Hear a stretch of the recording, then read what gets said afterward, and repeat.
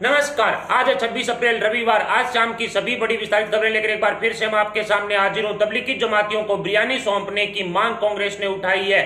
दूसरी तरफ महाराष्ट्र में एक मौलाना ने उद्धव ठाकरे को कड़ी चेतावनी दे डाली है। वहीं शिवसेना ने सीएम उद्धव ठाकरे की कुर्सी बचाने के लिए प्लान बी पर काम शुरू कर दिया है। तो दूसरी तरफ महाविकास आघाड़ी की सत्ता में सेंध लगाकर बीजेपी ने सरकार बनाने की कवायद शुरू कर दी है। क्या है पूरा मामला जानेंगे इस एक वीडियो के अंदर, लेकिन उससे पहले मेरी आपसे रिक्वेस्ट है इस वीडियो को अभी से लाइक करके हमारे चैनल को सब्सक्राइब जरूर कर लें। सब्सक्राइब के पास वाला बेल आइकन भी दबा दें। आपके द्वारा इस वीडियो किया गया एक लाइक हमारे लिए बहुत महत्वपूर्ण है, इसलिए दोस्तों कंजूसी ना करें, वीडियो को अभी से लाइक है वो जरूर कर दें। शुरुआत करते हैं आज की सबसे बड़ी खबर से जो निकल कर आ रही है तबलीगी के जमातियों को लेकर। जी हां दोस्तों, तबलीगी जमातियों ने फिर से नॉनवेज खाने की मांग रखी है। जी हां दोस्तों, एक तरह से जिस तरह से कांग्रेस ने हमेशा से इन जमातियों को बिरयानी सौंपने का काम किया है, उसी आधार पर उसी आदन के चलते अब तबलीगी जमात के लोगों ने अब क्वारंटीन सेंटर के अंदर नॉनवेज खाने की मांग रखी है। फिर से जमातियों ने डॉक्टर्स और वहां के स्टाफ के साथ हंगामा किया है। नागपुर क्वारंटीन सेंटर के अंदर इस तरह की खबरें सामने आ रही है। खाने की प्लेट में लात भी मारी है इन जमातियों ने और खाना भी फेंक दिया है। फिलहाल मुसलमानों के लिए रमजान का महीना चल रहा है। रमजान का महीना मुसलमानों के लिए काफी पाक पवित्र होता है और इसी महीने में इन जमातियों ने खाने पर लात मारकर और इस नॉनवेज की मांग करके जो स्टाफ के साथ जो बुरा व्यवहार करके साबित कर दिया है कि जमाती वाकई में ही दरिंदे ही हैं। इन देशद्रोहियों को क्वारंटीन सेंटर में ना रख करके डायरेक्ट जेल में डालना चाहिए, जिस तरह से यूपी की सरकार कर रही है। यूपी के सीएम योगी आदित्यनाथ ने बड़े एक्शन इन जमातियों को लेकर के लिए हैं। ऊपर से महाराष्ट्र के एमएनएस प्रमुख राज ठाकरे ने भी एक बार कहा था, अपना बयान दिया था कि ऐसे लोगों को गोली मार देनी चाहिए और ये है भी इसी लायक।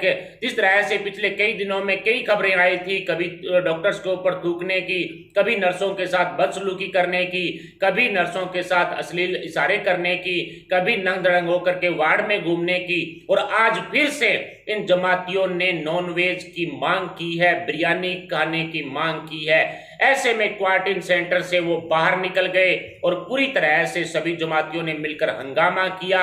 लेकिन इसको लेकर के अब नागपुर की सरकार बड़ा एक्शन लेने जा रही है। अगली बड़ी खबर की तरफ बढ़े तो अर्नब गोस्वामी को मुंबई पुलिस ने पिछले 12 घंटों में लगातार 2 नोटिस भेज दिए हैं। जिस तरह से सोनिया गांधी को लेकर के उनके ओरिजिनल नाम को लेकर के अर्नब गोस्वामी ने जो एक सवाल पूछा था इस पालघर मामले को लेकर के, उस पर अब मुंबई पुलिस ने अर्नब गोस्वामी को थाने के अंदर पेश होने के लिए पिछले 12 घंटों में लगातार 2 नोटिस भेज दिए हैं। जबकि अर्नब के हमले पर किसी तरह की कार्रवाई मुंबई पुलिस ने अभी तक नहीं की है। जिस शीघ्रता के साथ सोनिया गांधी पर जो मामला जो शब्द बोले गए थे अर्नब की तरफ से, उस पर जिस तरह से मुंबई पुलिस कार्रवाई कर रही है, उसी शीघ्रता के साथ अर्नब गोस्वामी पर हमला करने वालों पर कार्रवाई करने की मांग भी अर्नब गोस्वामी कर चुके हैं। रिपब्लिक भारत के चीफ एडिटर एंड चीफ और इसके साथ ही वरिष्ठ पत्रकार अर्नब गोस्वामी पर हमले की किसी तरह की कार्रवाई मुंबई पुलिस को द्वारा नहीं की जा रही है। ऐसे में 2 नोटिस जब अर्नब गोस्वामी को मिली हैं, ऐसे में 27 अप्रैल सोमवार को सुबह 9 बजे मुंबई पुलिस के सामने अर्नब गोस्वामी पेश होंगे। लेकिन उन पर हुए हमले पर कोई कार्रवाई नहीं की गई है। ऐसे कुछ सवालों के साथ वो निश्चित है कि कल 27 अप्रैल को सुबह 9 बजे मुंबई पुलिस के सामने पेश होने जा रहे हैं। अगली बड़ी खबर की तरफ बढ़े तो वधावन ब्रदर्स जो पीएमसी, यस बैंक, डीएचएफएल जैसे कई एजेंसियों का या फिर बोल सकते हैं कि इन बैंकों का जो घोटालेबाज लोन लेकर के घोटाला करने वाले इन वधावन ब्रदर्स के लोगों को आज सीबीआई ने अपने शिकंजे में कस लिया है। जी हाँ दोस्तों, जिस तरह से पिछले दिनों खबर आई थी कि एनसीपी के नजदीकी माने जाने वाले उद्धव ठाकरे की शिवसेना के नजदीकी माने जाने वाले इन वधावन परिवार को फरार होने के लिए महाबलेश्वर जाने की परमिशन मिली थी और उसके बाद वहां की महाबलेश्वर पुलिस ने इन वधावन परिवार को पकड़ लिया और ये बात मीडिया तक पहुंच गई। ऐसे में बहुत बड़ा मैटर बन गया था। सीबीआई को इनकी तलाश थी, लेकिन ये छुपते हुए घूम रहे थे। ऐसे में इनको वहां से पकड़ने के बाद क्वारंटीन सेंटर भेज दिया गया था। लॉकडाउन उल्लंघन के मुकदमे भी इन पर दर्ज हुए थे, लेकिन इन्होंने यस बैंक जैसे, पीएमसी बैंक जैसे, डीएचएफएल बैंक जैसे बैंकों के अंदर काफी ज्यादा घोटाला किया था। इसको लेकर के आज सीबीआई ने इनको हिरासत में ले लिया है, इनका क्वारंटाइन समय पूरा हो चुका है। अगली बड़ी खबर की तरफ बढ़े तो पश्चिमी बंगाल की मुख्यमंत्री ममता बनर्जी कोरोना काल में भी सियासत करने से बाज नहीं आ रही है। केंद्र की टीम को क्वारंटीन कर दिया गया जब वो केंद्र की टीम स्वास्थ्य संबंधित जो आंकड़े छुपाए जा रहे थे ममता सरकार की तरफ से, कोरोना वायरस को लेकर के जो मौत के आंकड़े छुपाए जा रहे थे, इसके संक्रमण के आंकड़े छुपाए जा रहे थे, उसको लेकर के केंद्र ने एक टीम बनाई और उस टीम को पश्चिमी बंगाल में भेजा ताकि कोरोना वायरस से रिलेटिव सभी आंकड़ों का परीक्षण कर सके। लेकिन ममता बनर्जी ने तानाशाही के चलते पश्चिमी बंगाल के क्वारंटीन सेंटर में उस केंद्र की टीम को क्वारंटीन सेंटर में एक तरह से कैद कर दिया है। इसको लेकर के बीजेपी अब विरोध में उतर चुकी है। बाबुल सुप्रियो सहित पूरी बीजेपी इसका विरोध कर रही है। बाबुल सुप्रियो धरने पर भी बैठ चुके हैं, लेकिन तानाशाही ममता का विरोध जिस तरह से बीजेपी की तरफ से किया जा रहा है उसी तरह से पश्चिमी बंगाल की जनता में भी किया जा रहा है। और जिस तरह से तानाशाही वो उत्तर कोरिया का जो किंग जोंग उन है, उसी तरह से तानाशाही जो ममता बनर्जी पश्चिमी बंगाल में कर रही है। ऐसा लग रहा है कि उत्तर नॉर्थ कोरिया का तानाशाही किंग जोंग उन के रिश्तेदार हैं ममता बनर्जी। इस तरह की बू पश्चिमी बंगाल में ममता बनर्जी की सरकार में आ रही है। और इस कोरोना काल के दौरान भी, इस वैश्विक महामारी के दौरान भी ममता बनर्जी सियासत करने से चूक नहीं रही है। अगली बड़ी खबर की तरफ बढ़े तो कांग्रेस अध्यक्ष एंटोनिया माइनो उर्फ सोनिया गांधी ने आज फिर से एक लेटर पीएम मोदी के नाम लिखा है। जी हां दोस्तों, कई तरह के सुझाव पीएम मोदी को दिए गए हैं इस एंटोनिया माइनो की तरफ से, उर्फ सोनिया गांधी की तरफ से। उन्होंने खुद को हिंदुस्तान की महारानी समझते हुए इस एंटोनिया माइनो ने लॉकडाउन की तुलना नोटबंदी से की है। जिस तरह से इस सोनिया गांधी ने बताया है, इस एंटोनिया माइनो ने बताया है कि लॉकडाउन के दौरान भी उसी तरह नौकरियां गई है जिस तरह जो नोटबंदी के दौरान गई थी। लेकिन नोटबंदी किस तरीके से हुई, किस अंदाज में हुई थी। हालांकि नोटबंदी के दौरान थोड़ी तकलीफ जनता को जरूर हुई थी, लॉकडाउन में भी जनता को थोड़ी तकलीफ है वो जरूर हो रही है। लेकिन ये लॉकडाउन जनता की भलाई के लिए है, जनता की जान बचाने के लिए है। इधर राहुल गांधी बोलता है कि मैंने तो 15 फरवरी को ही बोल दिया था कि लॉकडाउन हिंदुस्तान में लागू कर दिया जाना चाहिए।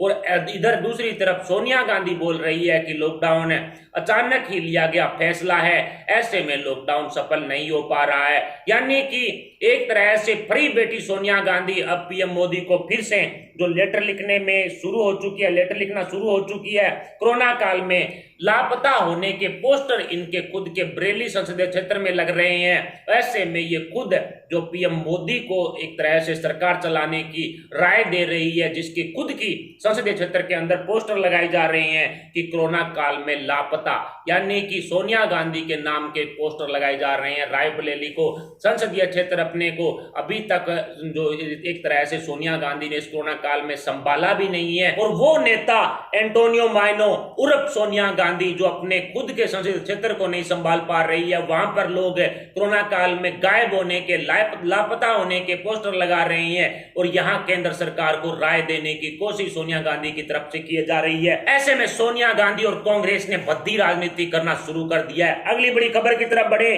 तो नॉर्थ कोरिया का तानाशाह किंग जोंग उन, जिसकी मौत की खबर सोशल मीडिया पर चल रही है, हालांकि आधिकारिक रूप से किसी भी चैनल ने इसकी पुष्टि नहीं की है, लेकिन ये पूरी तरह से तानाशाह जो हार्ट के जो मरीज के कारण इसका ट्रीटमेंट चल रहा था, एक सर्जरी करवाई गई थी, उसी को लेकर के इसकी हालत काफी ज्यादा गंभीर थी। बताया जाता है कि नॉर्थ कोरिया का तानाशाह किंग जोंग उन कई तरह का अयाशीबाज व्यक्ति भी था, यानी कि अपने घर पे इसने एक अपना खुद का सिनेमा हॉल बनाया हुआ था, 1000 सीटों का, अकेला बैठकर मूवी देखता था, 20,000 से ज्यादा डीवीडी जो इसके पास सीडीज थी। इसके अलावा इसके पास महंगी महंगी गाड़ियां, इसके अलावा जब ये नॉर्थ कोरिया के अंदर घूमने जाता था तो इसके लिए 3 बुलेट ट्रेनें चलती थी, 90 डिब्बों की ये ट्रेन थी, 60 किलोमीटर प्रति घंटे के हिसाब से इसकी चाल थी। इसके अलावा लाखों रुपए की बोतल वाली ये शराब पीता था, विदेशों से महंगी शराब आती थी। इसके अलावा हजारों रुपए के पैकेट पैकेट वाली सिगरेट ये पीता था, उसी को लेकर के अब इसकी मोटापे और इसकी जो दिल की बीमारी है उसको लेकर के इसकी सर्जरी हुई थी, जिसकी वजह से बताया जा रहा है कि ये नॉर्थ कोरिया का तानाशाह अब इसका दी एंड हो चुका है। अगली बड़ी खबर की तरफ बढ़े तो महाराष्ट्र की खिचड़ी सरकार के मुख्यमंत्री उद्धव ठाकरे को वहीं के एक मौलाना ने स्पष्ट चेतावनी दे डाली है कि महाराष्ट्र में रमजान के महीने में कोई भी मुस्लिम नागरिक चाहे वो लॉकडाउन का उल्लंघन भी क्यों ना करता हो, यदि वो नमाज पढ़ रहा है या नमाज पढ़ने के लिए कहीं जा रहा है तो उस पर यदि महाराष्ट्र की पुलिस ने किसी तरह की कार्रवाई की तो इसके परिणाम पूरे हिंदुस्तान में बहुत बुरे होंगे। इस तरह की चेतावनी देते हुए बाला साहब ठाकरे की शेर शिवसेना जो अब फिलहाल सीआर बन चुकी है उसको कड़ी चेतावनी दे डाली है। इस मौलाना पर किसी तरह की कार्रवाई अभी तक महाराष्ट्र में नहीं हुई है और इसी मौलाना की जगह यदि रामनवमी के समय या फिर अन्य किसी धार्मिक जो त्योहार के समय यदि कोई साधु संत इस तरह की चेतावनी देता तो आप खुद सोच सकते हैं कि ये लिबरल कवाल वाले, ये विपक्ष वाले, ये लुटियन गैंग वाले किस तरह से वामपंथी लोग एक तरह से एक हो जाते। लेकिन इस मौलाना साहब को लेकर के उद्धव ठाकरे की सरकार में अभी तक किसी तरह का एक्शन नहीं लिया गया है। इस मौलाना साहब ने स्पष्ट बोला है कि रमजान के महीने में जो भी मुस्लिम सदस्य चाहे वो लॉकडाउन का उल्लंघन भी क्यों ना कर रहा हो, यदि वो नमाज पढ़ने के लिए कहीं जा रहा है तो ऐसे में किसी भी मुस्लिम समाज को या मुस्लिम समाज के नागरिक को तंग करना महाराष्ट्र पुलिस के द्वारा बहुत ही भयंकर परिणाम इसके हो सकते हैं। कुल मिलाकर के स्पष्ट हो चुका है कि बाला साहब ठाकरे की शेर शिवसेना को अब उद्धव ठाकरे ने सीआर शिवसेना बना दिया है, या बोल सकते हैं कि अब हिंजड़ों की फौज शिवसेना ने तैयार कर ली है। ऐसे में इस मौलाना को किसी तरह का जवाब या इस पर किसी तरह का एक्शन उद्धव ठाकरे की सरकार द्वारा नहीं लिया गया है। अगली बड़ी खबर की तरफ बढ़े तो शिवसेना उद्धव ठाकरे की सीएम गद्दी बचाने के लिए प्लान बी से पूरी तरह निश्चित बैठी है, यानी कि प्लान बी शिवसेना का यही है कि यदि राज्यपाल एमएलसी की सदस्यता उद्धव ठाकरे को नहीं देते हैं तो उद्धव ठाकरे अपनी कैबिनेट के साथ इस्तीफा देकर के दोबारा शपथ ग्रहण कर लेंगे। लेकिन ये रास्ता इतना आसान नहीं है क्योंकि बीजेपी इसमें रोड़ा बनी हुई है और बीजेपी ने एनसीपी और शिवसेना के बागी विधायकों में एक तरह से सेंध लगा रखी है। और जिस तरह से एनसीपी शिवसेना में जो बगावत के सुर देखे गए हैं और नारायण राणे आरएसएस के जो बयान आ रहे हैं, एनसीपी में भी अजित पवार के लिए शरद पवार के बयान आ रहे हैं, उनको देखकर लग रहा है कि बीजेपी महाविकास अघाड़ी की सत्ता में सेंध लगाकर खुद सरकार बनाने की कोशिश करेगी। इसी बीच कांग्रेस भी बताया जा रहा है कि मलाईदार मंत्रालयों को बंटवारे को लेकर के कोई ना कोई पेच है वो जरूर फंसाएगी। इसलिए उद्धव ठाकरे की सीएम कुर्सी पर या फिर दोबारा उद्धव ठाकरे के सीएम बनने पर काफी ज्यादा पेच फंसे हुए हैं। फिलहाल इन सभी खबरों पर आपके क्या विचार है, आप अपने विचार हमें कमेंट बॉक्स में बता सकते हैं। साथ ही वीडियो को लाइक जरूर कर दीजिएगा। अभी के लिए इतना ही, मिलते हैं अगली वीडियो के अपडेट के साथ। तब तक के लिए जय हिंद, जय भारत।